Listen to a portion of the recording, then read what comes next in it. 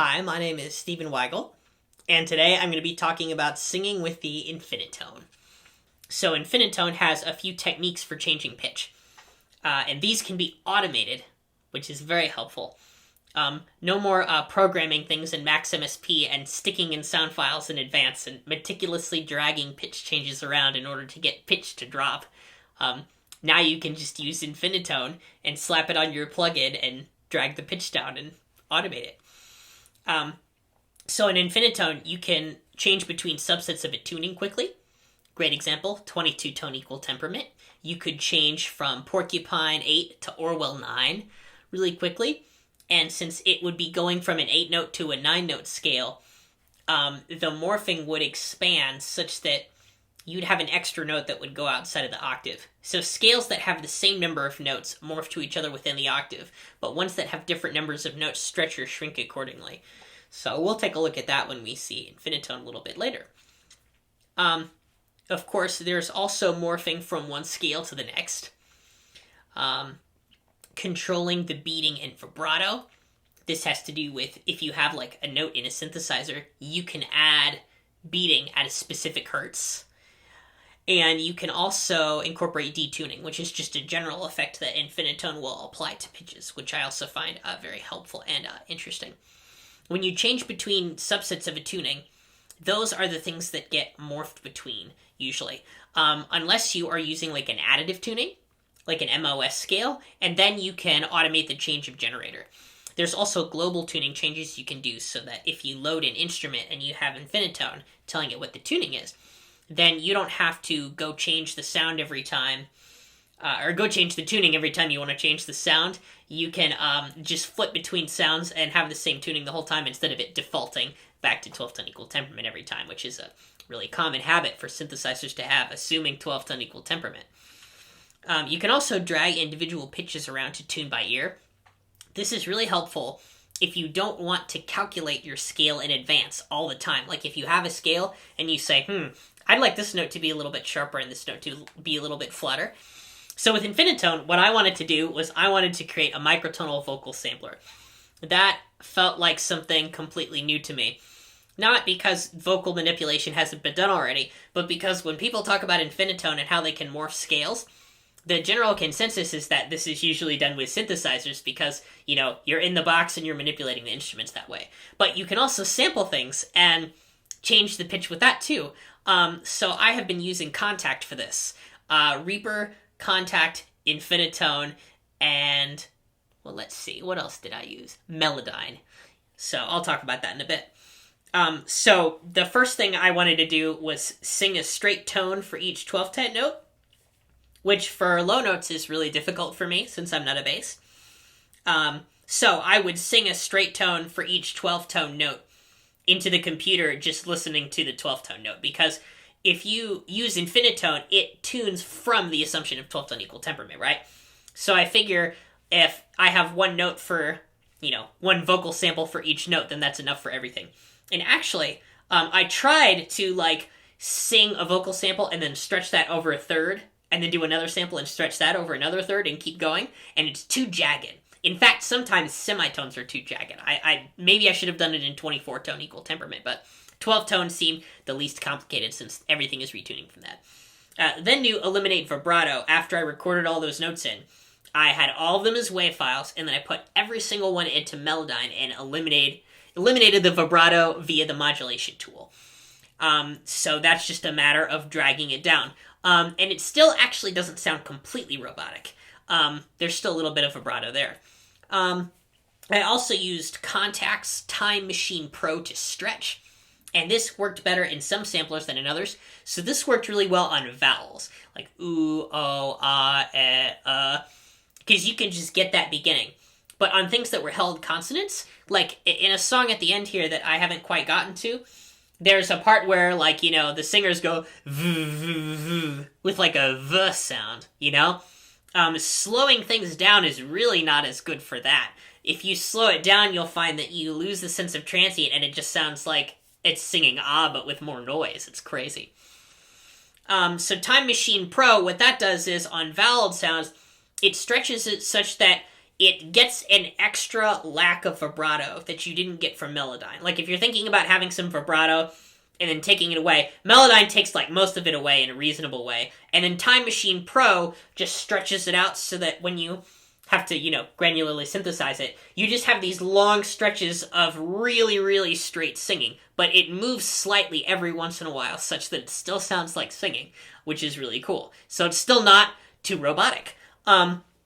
So, Kontakt can be used with Infinitone, and the way this is done is something I'll try to show you when I'm in the DAW.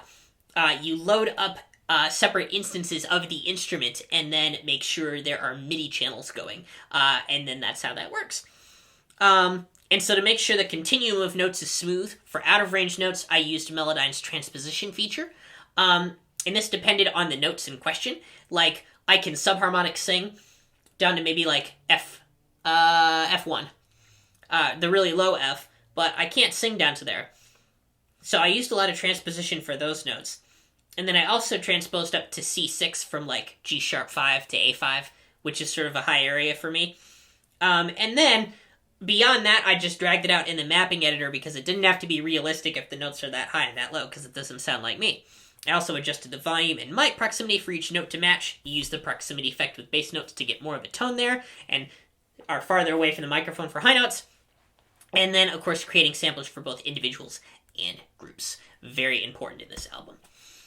I'm also interested in using precise imprecision. Like, creating situations that seem imprecise but are actually very precise, I think is really fascinating to me. You can kind of unlock a lot of new sounds that way, as opposed to staying within a tuning, which is something I really like doing, but that I don't have to do. There are going to be a lot of tracks on this album that use like one tuning or two tunings, and then some that use like 6 or 7. So it's kind of like similar to the Emoji album in approach, in some sense. But I'm focusing more on beauty in this album. So when we talk about parameters and pitch to consider, I want to notate vibrato amounts, which in Infinitone can actually be done, or notate exact beating with sampling.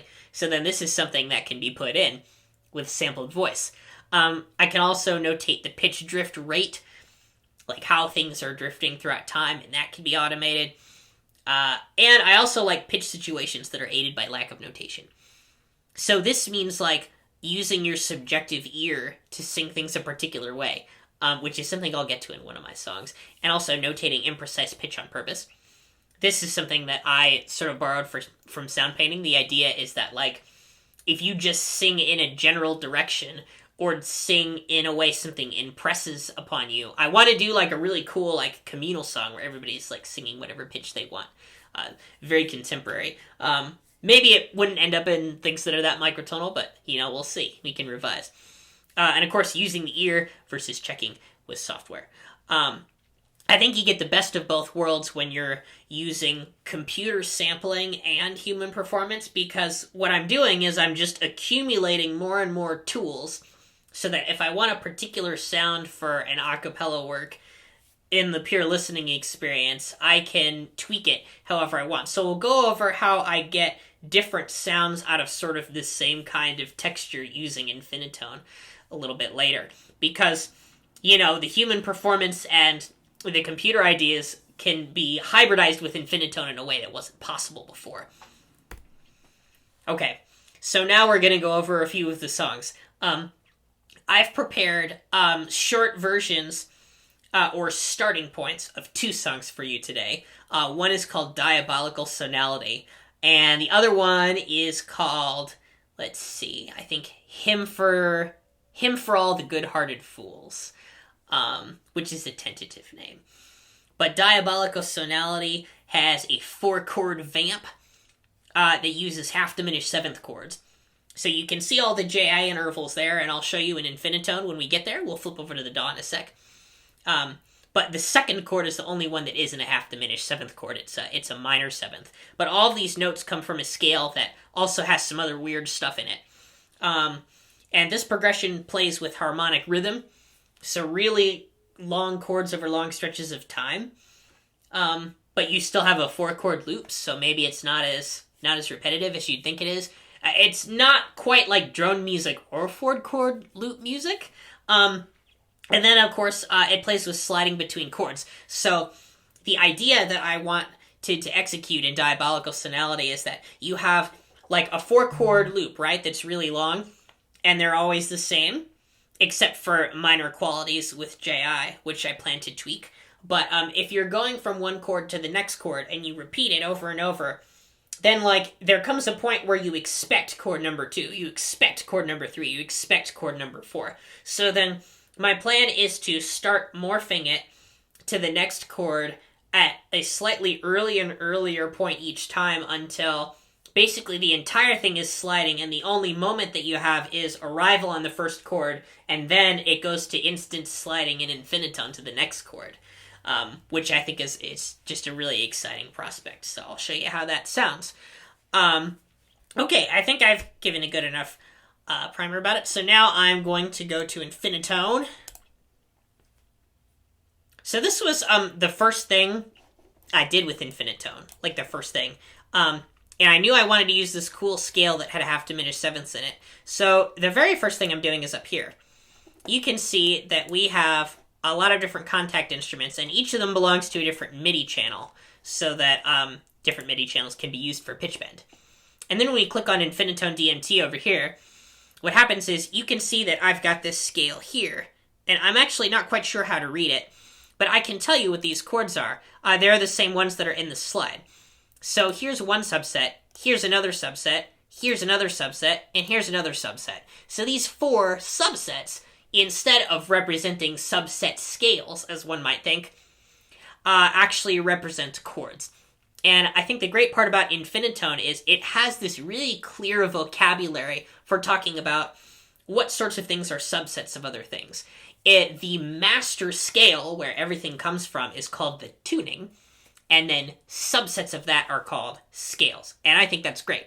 But the scales, of course, can be chords, and I think, Subrag intends people to use it this way in a sense. There's lots of like moments in the Infinitone where you see it and it's like moving between chords and not scales. Because if you move through an entire scale, it can get a little bit complicated. So this chord is sliding to this chord, is sliding to this chord, is sliding to this chord. And they're all half diminished seventh chords. So this is kind of like an A half diminished 7. This is like a B minor 7th, but it starts on 8/7, such that there's a microtone between the 2 A's. And then the third chord is like an E half diminished 7 that's really wonky, so that there's another microtone from A to like an A representing a 10/7 up from this E. And then this very last one, let's see, I think it's a D half diminished 7, but the D is a Wolf 4th. So there's lots of Zen harmonic relationships that are created from these chords. And so the very first thing I did to learn how this worked was I put in 4 notes for voicing here, and then just slid between the chords. The ones that are lit up with this little rainbow here, those are the ones that are being morphed between. So let me play it. And you can see that notes that get played in Infinitone are lit up.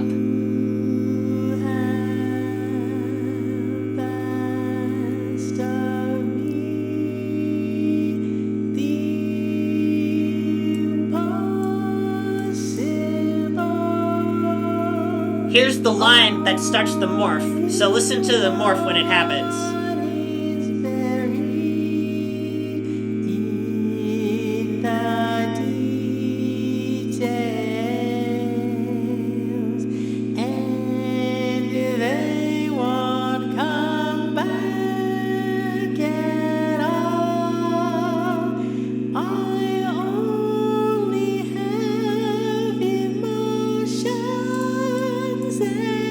Good, I'm going to solo the close voicing so you can hear the chord change, because I have the solo part in there, but I want to show you just how this changes to the next chord.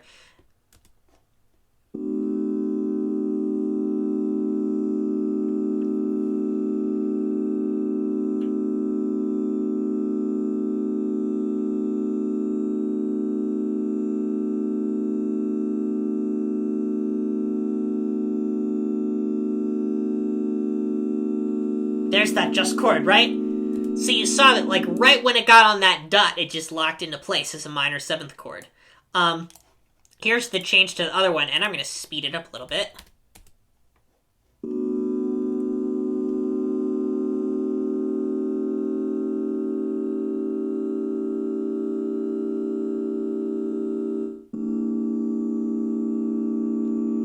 diminished seventh.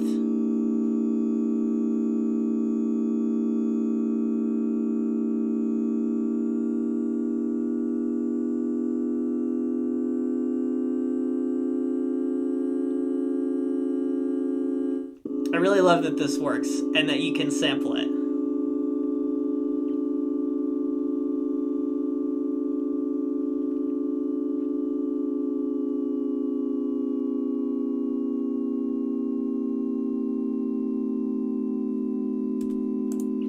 Okay, so that gives you an idea of sort of how the 4 chords all slide between each other. So then actually going between other notes and automating that sliding is a little bit tricky. Because what I did is I have this track called closed voice progression. So that just has all 4 notes of the chord and they just move in closest voice leading. And then I have far voiced progression. And in far voice progression, what I did was in some subsets, I added more notes. So that you can see like the morph area down here, you have a scale with 7 notes morphing to a 4-note chord, which means that the 7-note scale all condenses in to a central point. And I don't quite know how to control that very well. I don't know if it can be done. But I can also look around here, you see? Look at that. So you do visually see which notes morph to which others, but there is a little bit of trial and error, and I admit I have not mastered knowing exactly where each note is yet. But I didn't really need it that badly, because then I could just pick notes from like the 7-note scale that were in the 4-note chord that I wanted, since I just added extra notes. And then when I got to the next chord, they would automatically slide to something, even if I didn't know exactly what that was. And then I figured out something really interesting, which is that you have to be careful to not exceed the pitch bend range. So in Kontakt, the pitch bend range is an octave, which you have to match in here. So like if I go to Infinitone, I have to look in the settings and make sure it says 12 semitones there, so that it matches the 12 semitones in Kontakt. So then here, what I did was, well, here, I'll show you the full chords first. It's like this.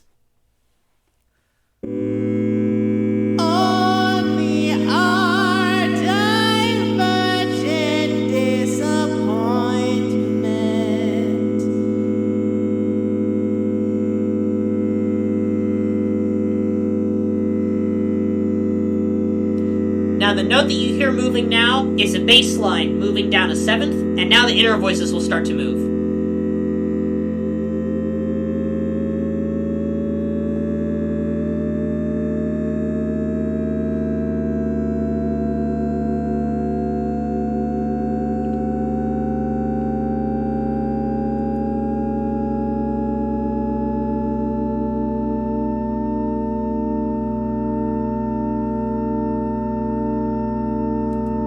There we go. So we went from chord 1 to chord 2 there, and you can hear that the far voiced progression, since the voices move farther, it really gives a kind of energy to the whole sliding experience. Like, it makes it really epic, instead of it just being small. So this is, of course, a bigger part to the song here. So what I would do to check periodically is Infinitone knows where you are, like, morph-wise. So, like, if I have the marker here, and I click on this chord, and I'm here, and I click on this note, you can hear that high C up there. Woo! And if I go over here to the end, you can hear that it's gone up a 7th. So, if it goes out of the pitch bend range, that means that when I click here and when I click there, I can still hear what the notes are, but I can check so that if I just am listening to a big sliding chord and a note just disappears, then I know that it probably went past an octave in terms of sliding, and so it's out of its pitch bend range. So I used that to fix all the little voicings ahead. So now that we got to chord 2, here's a review. Here's how it sounds. And then we'll listen to the next few chords too. Oh, but before we get to those though, I also want to let you know about the bass line here. So this bass line, look what I did here for the chords. There's one note here and one note here and 2 notes here. And the reason I engineered it that way was I wanted to specifically create a situation where I had the bass note in mind and then I wanted to slide down a 7th. So here, it's engineered so that that first A slides down to the B, which is actually an 8/7. So it slides down a seventh there. And then this one, starting from E, slides down to F. And it kind of sounds like an F sharp because it's a really cool intonation. But yeah.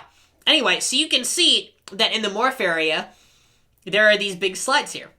So that's the idea. Okay, now let's listen to these chords now that I've told you about the bass line and how I manipulated the subsets to design morphing. And then we'll move to the other song.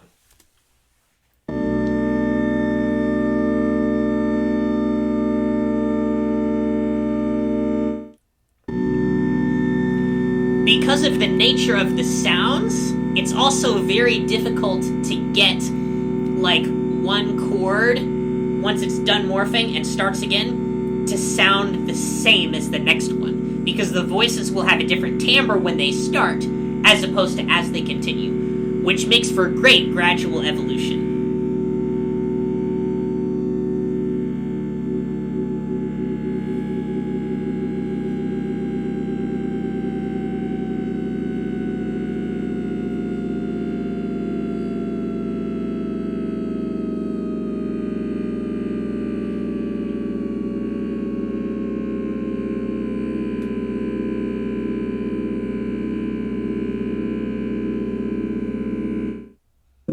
You might have noticed that when we landed on chord 3, that wasn't a half diminished seventh chord, it was a more complex chord. And that's fine, that's just how I want it. Now you can hear that bass line starting to move down, and eventually it'll get all the way down there.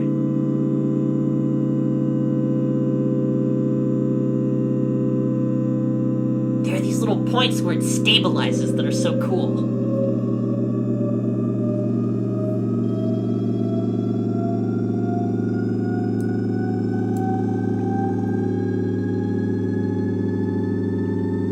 You might hear that the top voice is really squiggly sounding. It goes out of its pitch bend range, so I had to re-articulate it over and over.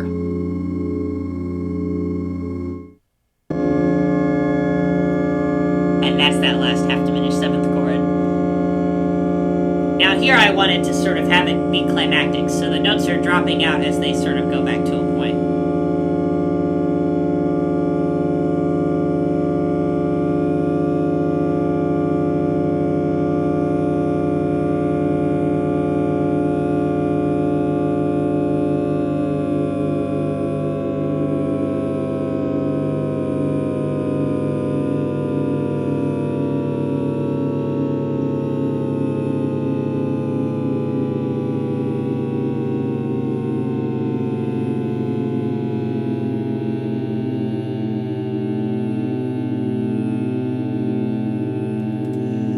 So now, in the PowerPoint presentation, let's take a look at the idea behind Hymn for All Good-Hearted Fools.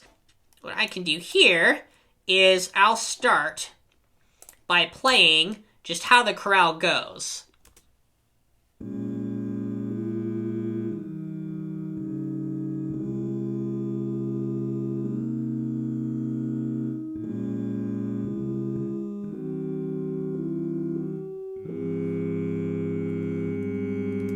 So it's sort of like a parody of something tonal. So I tried singing it in various different ways to see how it would affect the sound. Here's how it sounds straight.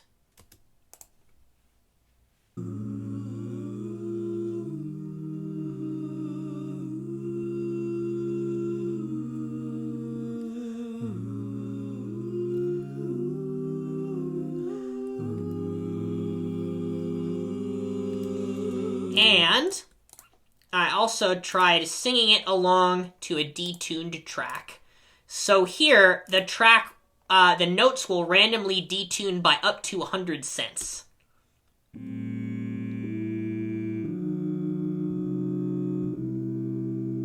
See, it was already Zen before, and now it's got a little something extra.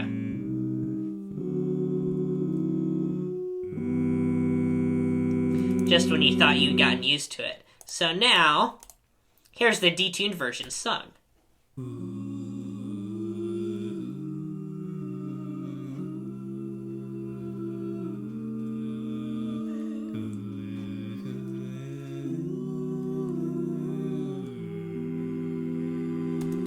I compared the beginning of this detuned version, and you can see there's more here, but I don't have time to go over it. At the end, there's almost a crunch because of how much the detuning matters. I'm also interested in singing with so much vibrato, but so near the pitches, that people start to think that they're actually triads and not something from 11/10. Let's try this.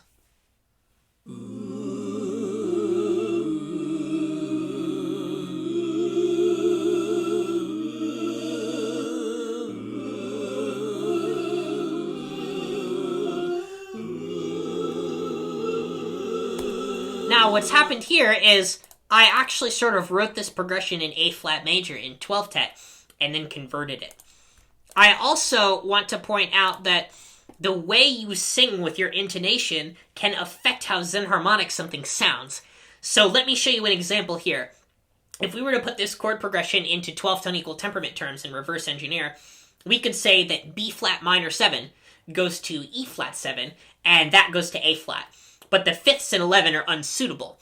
So here what I have to do instead is I have to use the Orgon 7 scale, alternating between 2/11ths of an octave and 1/11ths of an octave. And then the distance between the fifth of B-flat minor 7 becomes a semitone away from E-flat. So I can choose to emphasize this difference, and there's many other things I can do. And in B-flat minor 7 in that chord, an A-flat would resolve down to G in the E-flat 7 chord. But in this chord progression, that does occur, but the G is now so low in the required scale that E-flat and G must be a minor third apart in 11. So in the non-Zen version, I try to sing on the pitch, but make it a little bit floaty like chords I know. Watch.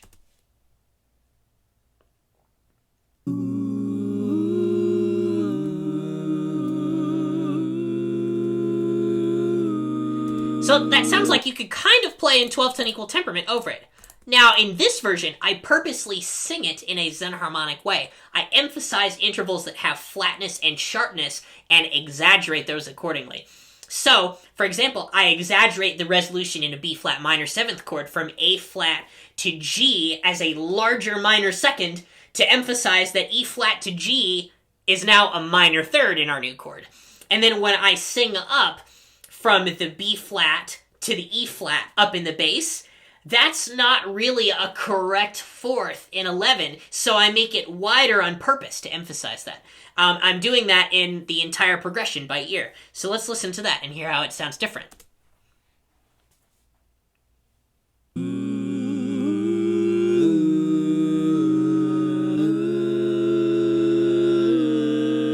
You can also hear that the C minor 7 chord at the end sounds a little bit sharp in a peculiar way. Okay, anyway, I think I'm getting close to being out of time now, so hopefully it was fun to see different ways that one can sing. I also wanted to show you one more thing. I wanted to show you what happens if you take the generator of a scale and you morph it. So you can see right here, I have it automated to morph from a minor third to a little higher as a generator of Orgon 7. And I'll see if I can open this and we can see the notes move. We might not be able to make it. Computer might load too much.